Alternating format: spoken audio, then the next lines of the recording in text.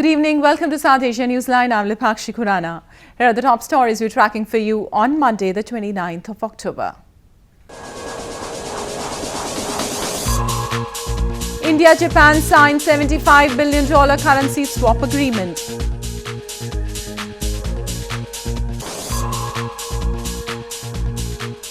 Pakistani court extends Shehbaz Sharif's remand in corruption case.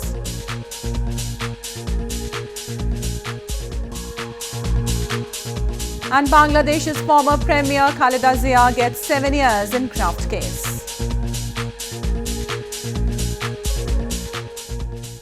And now for all the details, India and Japan on Monday signed 32 key agreements to boost cooperation in areas ranging from high-speed railways to cyber security, healthcare and defence. During delegation-level talks between the Prime Ministers of both the countries, the two sides also reiterated commitment for peace and prosperity in the Indo-Pacific area.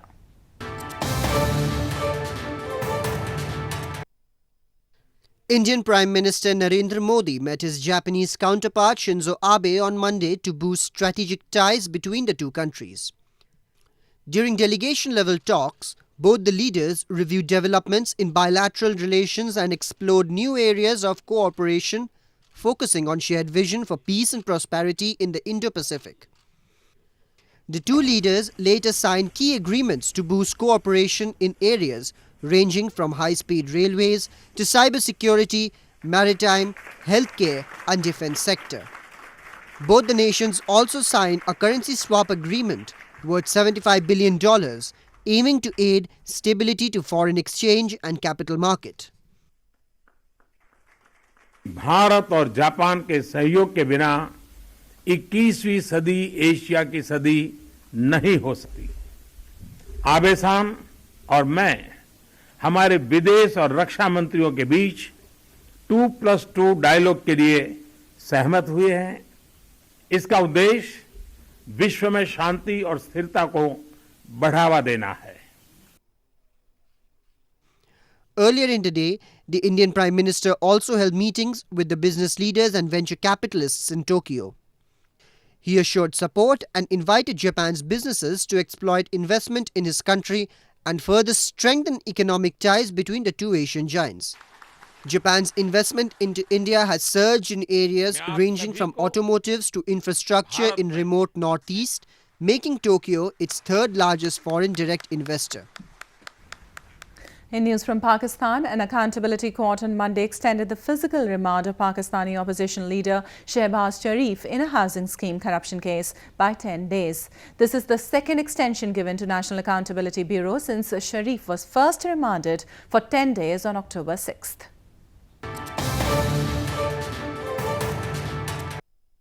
An accountability court on Monday granted the National Accountability Bureau or NAB a 10-day extension in the physical remand of Pakistani opposition leader Shehbaz Sharif in a corruption case.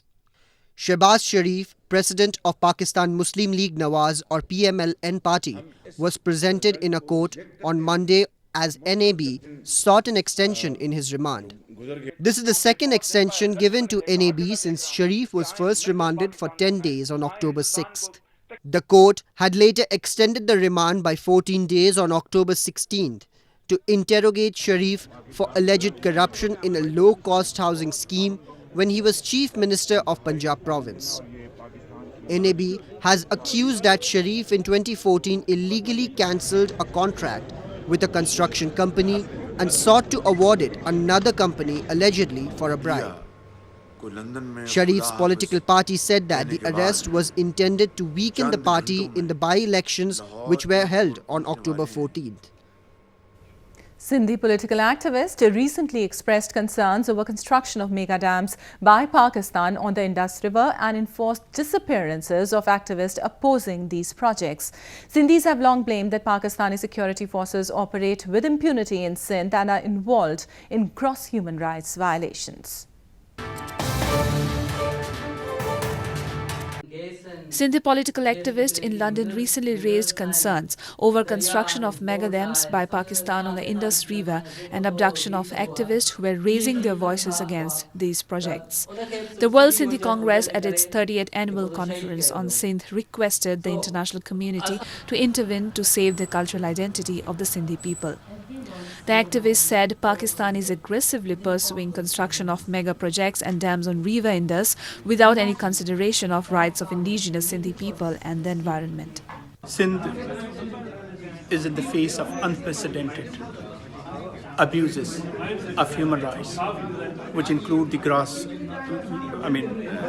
enforced disappearances, the violence against religious minorities, the cavalier attitude of all the components of Pakistan's state machinery to pursue the construction of mega dams, which Sindhi people have always refused.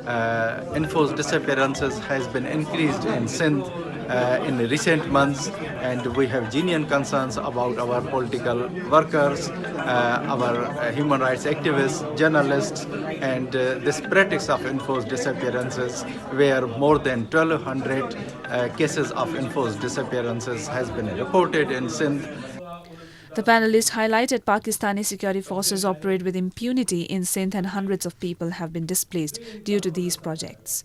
They stressed on the protection of rights of Sindhis, ending enforced disappearances, action against perpetrators, and holding the Pakistani government accountable. A news just in, at least one policeman was killed and several wounded after a suicide bomber detonated explosives near headquarters of Afghanistan's Election Commission in capital Kabul city on Monday. The attack came as officials at the poll body have begun counting votes after the completion of crucial parliamentary elections held last week. Militant group Islamic State claimed responsibility for the attack. And meanwhile, Afghanistan's foreign ministry on Sunday said no decision on Moscow talks for Afghan peace has been made yet. The meeting was initially scheduled for September 4th in Moscow, but Afghanistan refused participation, citing that any such discussions should be Afghan-led. Afghan government is yet to take a decision on whether it will participate in the planned Moscow talks on peace in Afghanistan or not, said the country's foreign ministry on Sunday. A foreign ministry spokesperson said discussions about holding the talks are ongoing, but reiterated government's long-standing position that no breakthrough will emerge out of any talks unless the talks are Afghan-owned and Afghan-led. در مورد نشست مسکو روی چگونگیش حالا هم بحث جریان داره. ما در حال بحث هستیم با طرف روسی در موردی که چگونه برگزار شود، کی برگزار شود، اینا عالی هم قابل بحث است. This comes after Pakistan on Saturday announced it would take part in the Moscow talks. Originally, the meeting was scheduled for September 4 in Moscow, but Afghanistan refused to attend, citing that any such discussions should be Afghan-led. When the US turned down the invitation to attend, Kabul followed suit. The talks are still to be held. In news from Sri Lanka, former Sri Lankan Petroleum Minister Arjun Ranatunga was arrested on Monday after one person was killed in violence that ensued as the sacked minister tried to enter his office on Sunday. Sri Lanka has been marred by crisis since Friday when President Maithripala Sirisena abruptly sacked Prime Minister Ranil Wickremesinghe and sworn in ex-President Mahinda Rajapaksa as the new Prime Minister to replace him.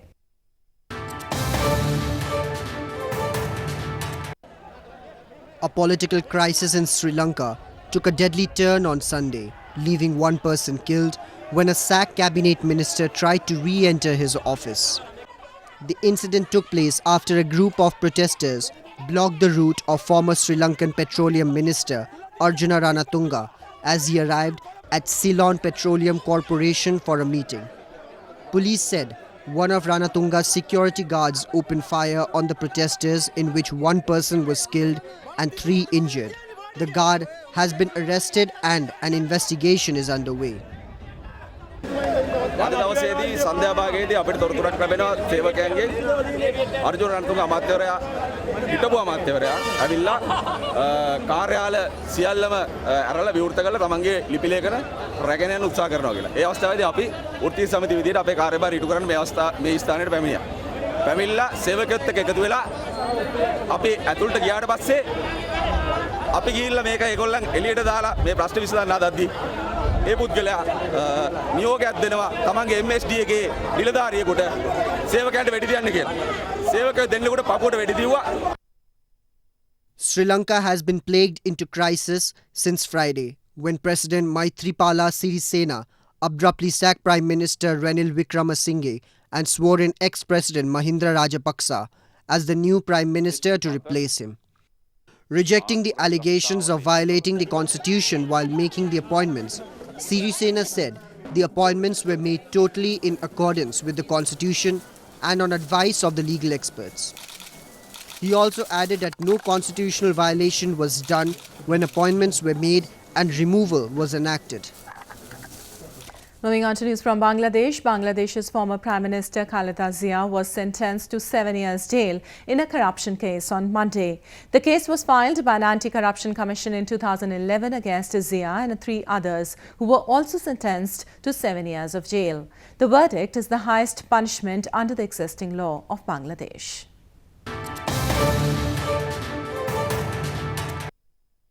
Former Bangladeshi Premier Khaleda Zia was sentenced to 7 years jail in a Zia Charitable Trust graft case on Monday. The graft case was filed by the Anti-Corruption Commission in 2011 against Zia and 3 others who were also sentenced to 7 years jail. According to the case statement, the former Prime Minister and other 3 accused misused their power and raised funds for the trust from unknown sources. Zia is already serving a 5-year jail term for another corruption case since February. After the verdict in February, the 2-time former Premier was disqualified from running in the general elections to be held this year. Earlier this month, Zia's son Tariq Rahman was also sentenced to life in the 2004 grenade attack that killed 24 persons and injured several others, including the then opposition leader and current Prime Minister Sheikh Hasina. Bangladeshi politics has been mired for years in rivalry between Hasina and Zia. Both women are related to former national leaders and have alternated as prime ministers for most of the past 2 decades. Nepalese Prime Minister KP Sharma Oli was admitted to a hospital in capital Kathmandu city on Monday after he felt difficulty in breathing. Hospital authorities said that the Prime Minister is being treated for a lung infection and antibiotics are being administered to him through the veins. Oli has also showed symptoms of chest infection and imbalance in blood sugar level, reports suggest. Various ministers were among the political personalities who made a beeline to the hospital to inquire about the Premier's health. In 2007, Oli had undergone a kidney transplant surgery at a hospital in Indian capital New Delhi and has been visiting Bangkok for regular health checkups.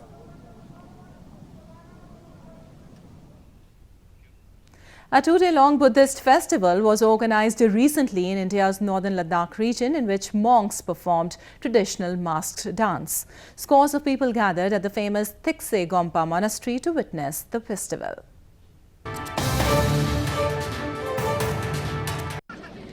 Scores of locals, tourists and devotees on Sunday gathered at the Tikse Gompa, a Tibetan-style monastery in India's northern Ladakh region, to witness the popular Tikse Gustor festival. During the annual festival, the monks of the monastery dress up in the traditional costumes and perform a tantric mask dance believed to ward off evil spirits. It is believed that the devotees who attend the festival with faith and devotion earn a meritorious life. The protective faces of the deities, which otherwise remain covered during the rest of the year, are open for public view only during this festival. Today I'm at Tikse Gustor. It's a beautiful mass dance festival. I'm enjoying it a lot. There's lots of people. The weather is fantastic. It's beautiful nowadays still to have this in Ladakhi culture. I think it's important to keep it, you know. I hope every year we can continue with this kind of beautiful spectacles. The festival concludes with the distribution of the sacrificial cake or torma during a ceremony known as Argham or killing. Well, that's all we have for you from South Asia this evening. Now our viewers can watch the show on SouthAsiaNewsline.com. You can also visit us on Facebook.com/SAsiaNewsline and follow us on Twitter @SAsiaNewsline. That's all in tonight's edition. We'll see you same time tomorrow. Good night.